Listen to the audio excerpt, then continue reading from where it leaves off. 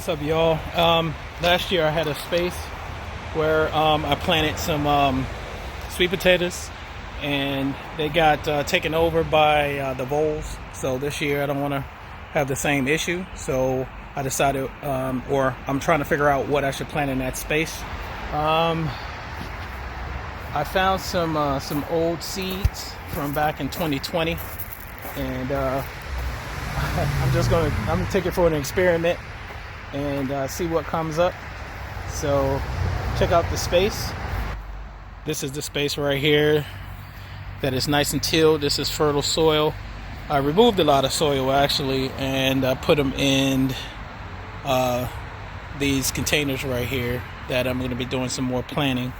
But for right now, I'm going to go ahead and put these seeds in here, and I'm going to show you in a minute all the seeds that I have. Now, probably along this corner right here where this bush meets and the rocks, I'm going to probably do basil. So I'm going to do a string of basil right there, and then everywhere else I'll just go ahead and sprinkle these seeds.